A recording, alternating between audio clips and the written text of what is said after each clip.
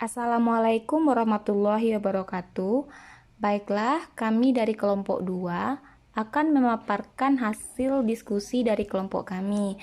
Nah, yang mana kami sebagai kelompok penyaji kasus yang berjudul Moral Reasoning as a Determinant of Organizational Citizenship Behaviors, a Study in Public Accounting Profession. Nah, di sini kami beranggotakan yang pertama Dian Fauziah, yang kedua Frana Evial Tiffany, dan yang ketiga yaitu saya sendiri Gusevianita. Nah, baiklah, saya akan memaparkan ini di sini pada slide pertama. Di sini yang melatar belakangi kasus ini adalah yang pertama, tingkat penalaran moral berhubungan secara positif dengan berbagai jenis perilaku. Nah, seseorang yang mempunyai penalaran moral yang tinggi akan menunjukkan perilaku etis yang lebih baik dan begitu pula sebaliknya. Nah, yang kedua, perilaku individu yang menunjukkan bahwa ia bertanggung jawab dalam berpartisipasi, terlibat, atau prihatin dengan kehidupan organisasi. Nah, dalam penelitian ini, peneliti ingin memperluas cakupan perilaku etis yang ditunjukkan oleh para profesional di bidang akuntansi dengan memasukkan unsur Organizational Citizenship Behavior atau OCB. Nah, yang latar belakang ketiga, nah di sini OCB atau Organizational Citizenship Behavior yang merupakan salah satu aspek perilaku karyawan kantor akuntan publik. OCB digunakan sebagai alat prestasi tugas. Nah, di sini yang keempat yaitu terdapat 3 jenis perilaku yang bersifat diskresioner yang merupakan dimensi OCB dalam profesi akuntansi, yaitu perilaku membantu interpersonal, sikap sportif, kewajiban kewarganegaraan.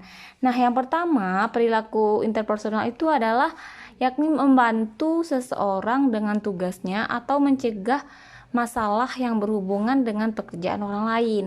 Nah, yang ketiga, sikap sportif, yakni kesediaan seseorang karyawan untuk mentolerir kondisi yang kurang ideal tanpa mengeluh. Dan yang terakhir itu kewajiban kewarganegaraan, yakni perilaku karyawan yang menunjukkan bahwa ia ikut berpartisipasi, ikut terlibat, atau peduli dengan kehidupan organisasi. Nah, itulah latar belakang dari kasus ini. Nah, apa tujuan si peneliti membuat penelitian ini?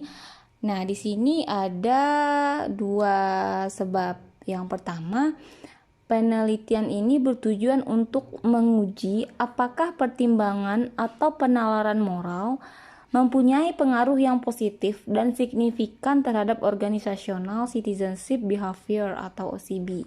Yang kedua, memberikan gambaran bagaimana perilaku kewarganegaraan karyawan khususnya pada profesi akuntan publik dan mencatat hubungan penalaran moral terhadap sikap untuk mematuhi aturan independensi para auditor.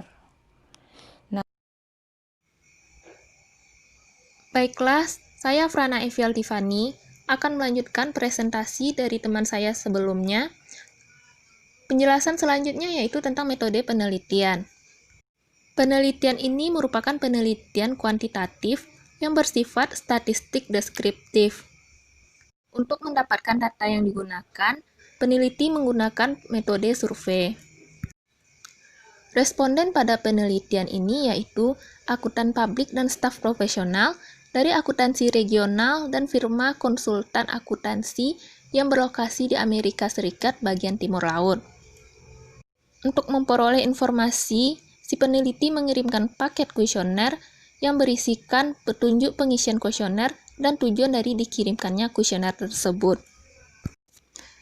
Untuk memastikan kerahasiaan dari kuesioner tersebut, kuesioner haruslah anonim, dan kuesioner tidak diberi kode untuk memastikan identitas karyawan.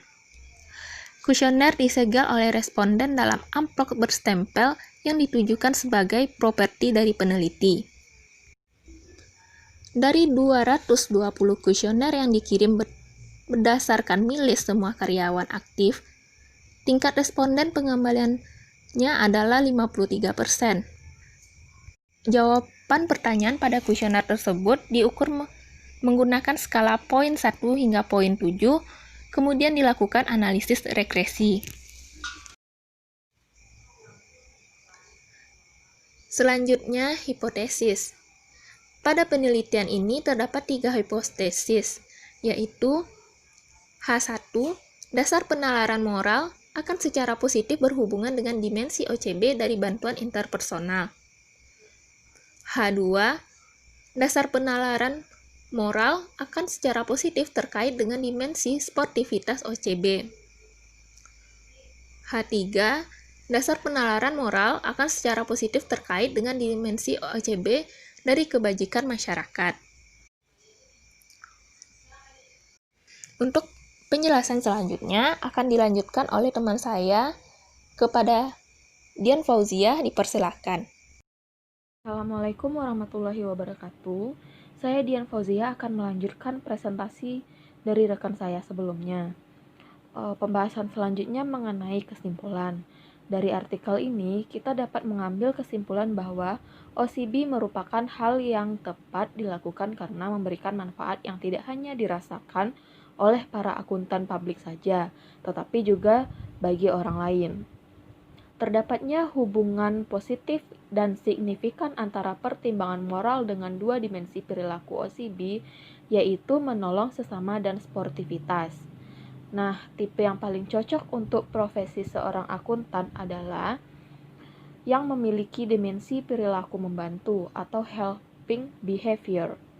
Selanjutnya, penelitian ini juga menunjukkan bahwa para profesional yang bekerja di bawah praduga moral atau skeptif cenderung akan lebih bersikap dan berperilaku sebagai akuntansi profesional.